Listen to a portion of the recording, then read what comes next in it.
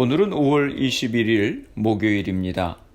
이제 다 함께 사도신경으로 신앙 고백하심으로 새벽 예배를 시작하겠습니다.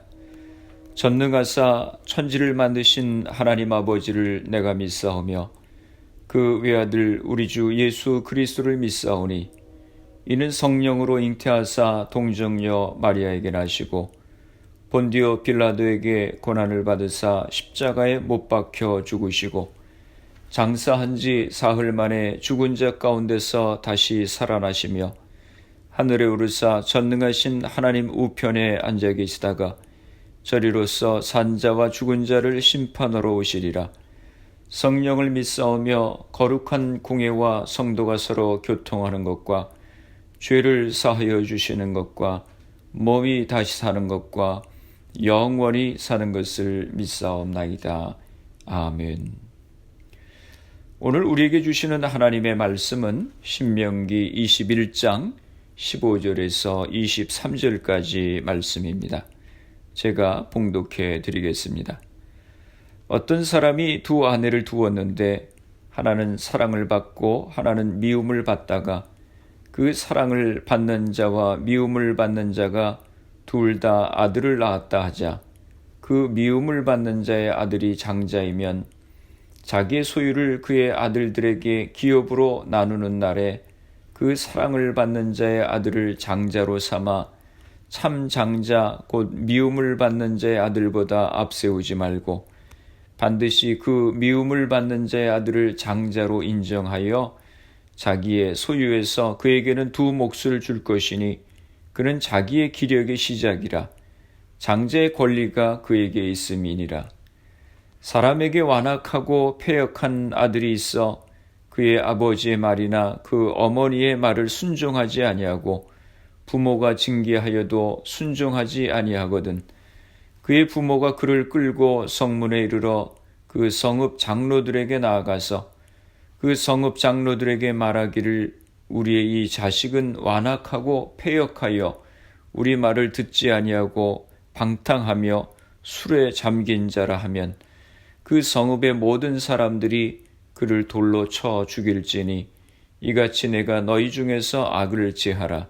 그리하면 온 이스라엘이 듣고 두려워하리라. 아멘. 할렐루야. 지난밤도 평안한 밤 되셨지요?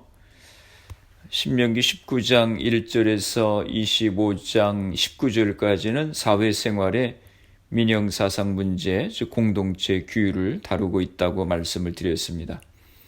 오늘 본문 15절에서 17절까지는 일부 다처제 가정에서 장자의 권리에 대해서 말씀을 하고 있습니다. 15절입니다.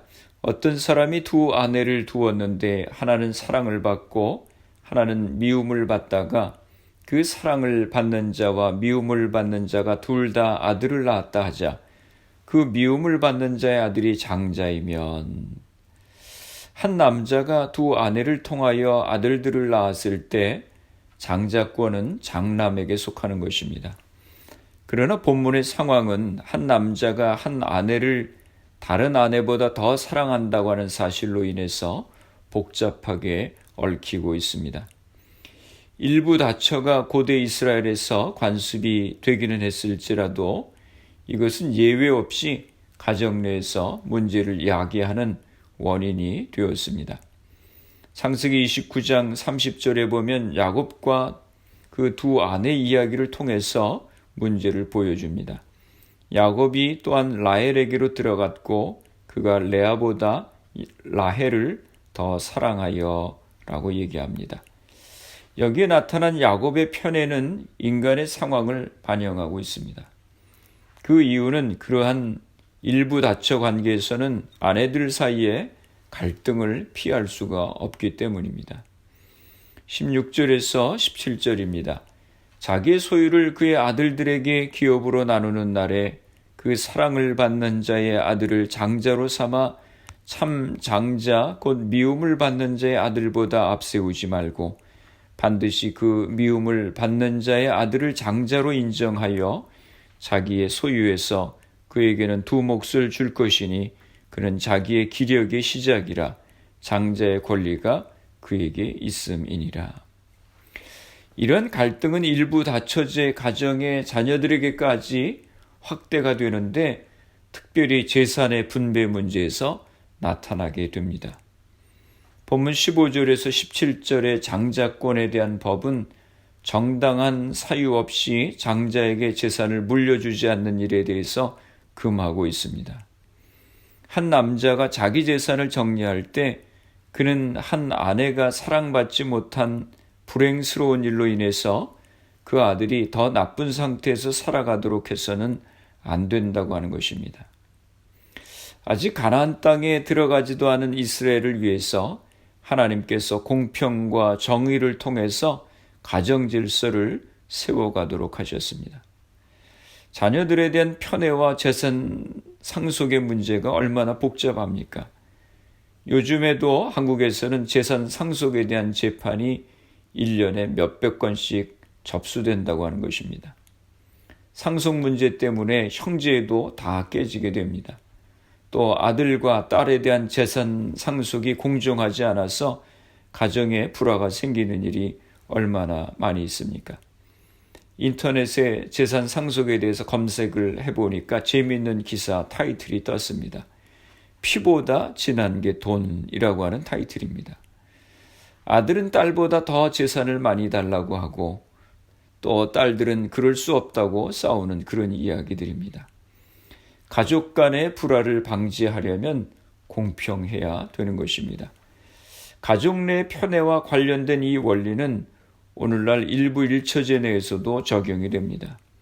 특히 부모는 편애 없이 자녀들을 대우하고 응당받아야 될 재산을 주어야 한다고 하는 것입니다.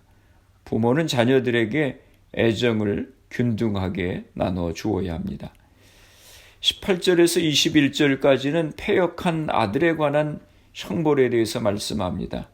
18절입니다. 사람에게 완악하고 패역한 아들이 있어 그의 아버지의 말이나 그 어머니의 말을 순종하지 아니하고 부모가 징계하여도 순종하지 아니하거든. 완악하고 패역한 아들은 부모에게 오만불선할 뿐 아니라 그 권위를 무시하는 불효자를 가리키는 것입니다. 부모를 존경하고 순종하는 것은 고대 이스라엘에서 굉장히 중요한 것이었습니다. 이 본문은 10계명의 5번째 계명, 내 부모를 공경하라 라고 하는 말씀을 생활 속에서 적용한 말씀입니다. 그래서 출애굽기 21장 15절 17절을 보면 이렇게 말씀합니다. 자기 아버지나 어머니를 치는 자는 반드시 죽일지니라. 자기 아버지나 어머니를 저주하는 자는 반드시 죽일지니라 라고 말씀합니다. 철저하게 완고하고 무가치한 아들에 관한 것입니다. 요즘도 뉴스를 보면 가끔 그런 패륜아들이 있는 것을 보게 됩니다. 19절입니다. 그의 부모가 그를 끌고 성문에 이르러 그 성읍 장로들에게 나아가서 성읍의 장로들에게 데리고 가서 공개적으로 재판을 했습니다. 20절입니다. 그 성읍 장로들에게 말하기를 우리의 이 자식은 완악하고 패역하여 우리 말을 듣지 아니하고 방탕하며 술에 잠긴 자라 하면 아들의 죄가 무엇이었습니까? 말을 듣지 않고 방탕하며 술에 잠긴 자라고 했습니다. 방탕하며 술에 잠긴 자라고 하는 것은 성경에 나오는 전형적인 패역한 신뢰입니다. 잠언 23장 20절에 말씀합니다. 술을 즐겨하는 자들과 고기를 탐하는 자들과도 더불어 사귀지 말라. 또 잠언 31장 4절에서 5절 말씀에 이렇게 말씀합니다. 르무에라 포도주를 마시는 것이 왕들에게 마땅하지 아니하고 왕들에게 마땅하지 아니하며 독주를 찾는 것이 주권자들에게 마땅하지 않도다. 술을 마시다가 법을 잊어버리고 모든 공관자들의 송사를 굽게 할까 두려우니라 라고 말씀합니다. 이 말씀은 왕들만 아니라 누구에게나 적용이 됩니다.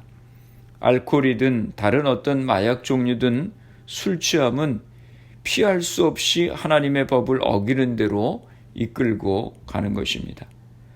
고대 히브리 사회에서도 오늘날과 마찬가지로 술의 폐해가 심했습니다. 술이 도덕적인 타락의 한 원인으로 작용했다고 하는 것을 보여주고 있는 것입니다. 21절 말씀입니다. 그 성읍의 모든 사람들이 그를 돌로 쳐 죽일지니 이같이 내가 너희 중에서 악을 제하라. 그리하면 온 이스라엘이 듣고 두려워하리라. 재판을 받고 죄가 판단이 되면 성읍의 모든 사람들이 그를 돌로 쳐 죽이라고 했습니다. 그래서 악을 제하라고 하는 것입니다. 고대 이스라엘에서는 부모를 멸시하는 죄를 굉장히 무섭게 다루었습니다. 오늘날은 우리 부모님들이 자녀들을 얼마나 귀하게 키웁니까?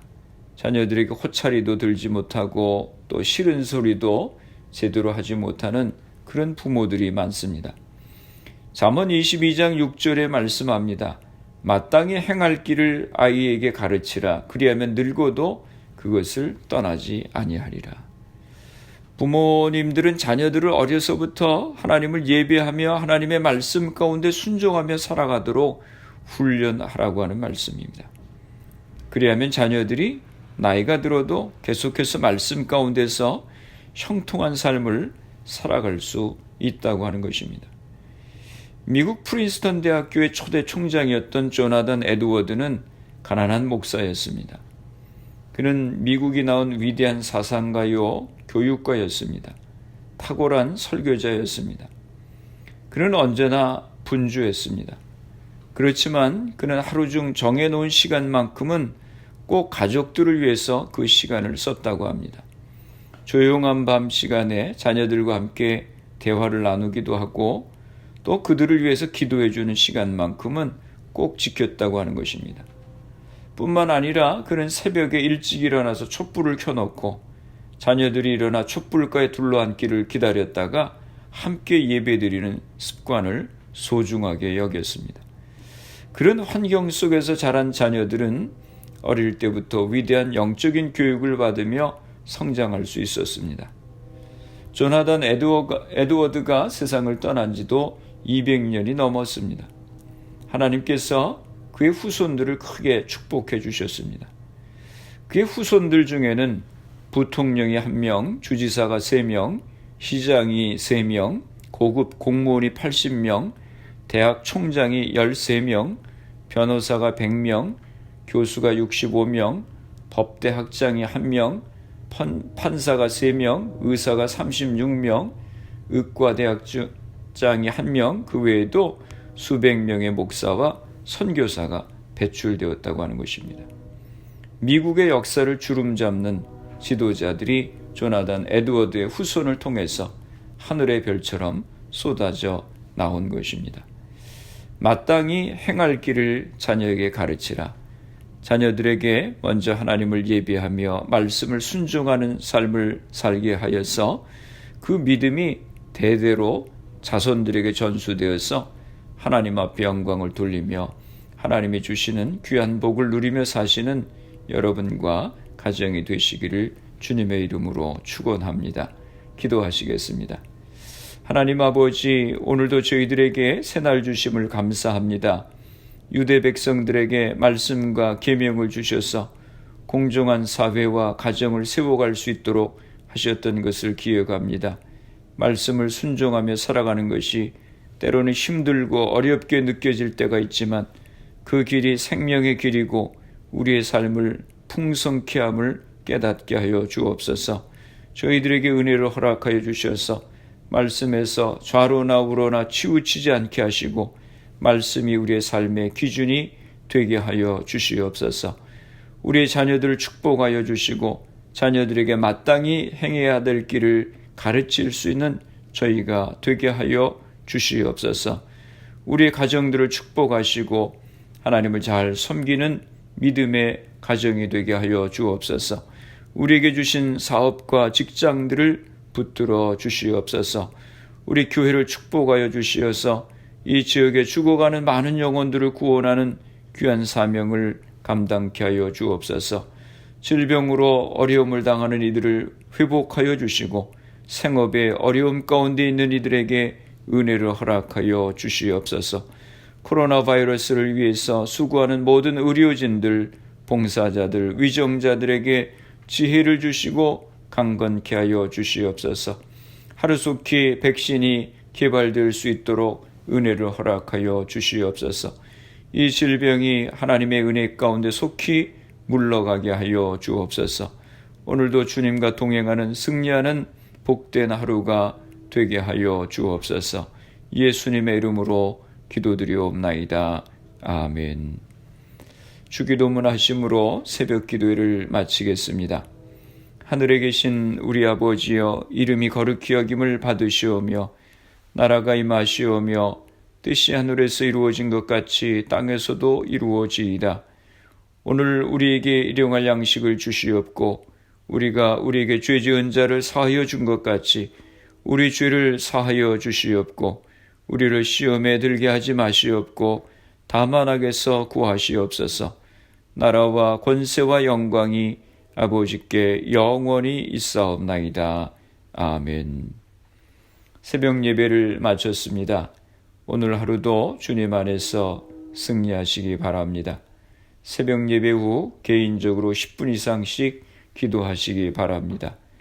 말씀이 우리 삶의 기준이 되는 삶을 살아갈 수 있도록, 또 자녀들에게 마땅히 행해야 될 길을 잘 가르칠 수 있도록 위해 기도하시고, 말씀과 성령의 충만함을 위해 기도하시고, 가정과 교회를 위해서 기도해 주시기 바랍니다. 그리고 코로나 바이러스를 위해서 애쓰는 의료진들, 봉사자들, 위정자들 위해서 기도해 주시고, 코로나 백신 개발을 위해서 기도해 주시기 바랍니다. 코로나 바이러스로 희생된 가정들, 환자들 위해서 기도해 주시기 바랍니다.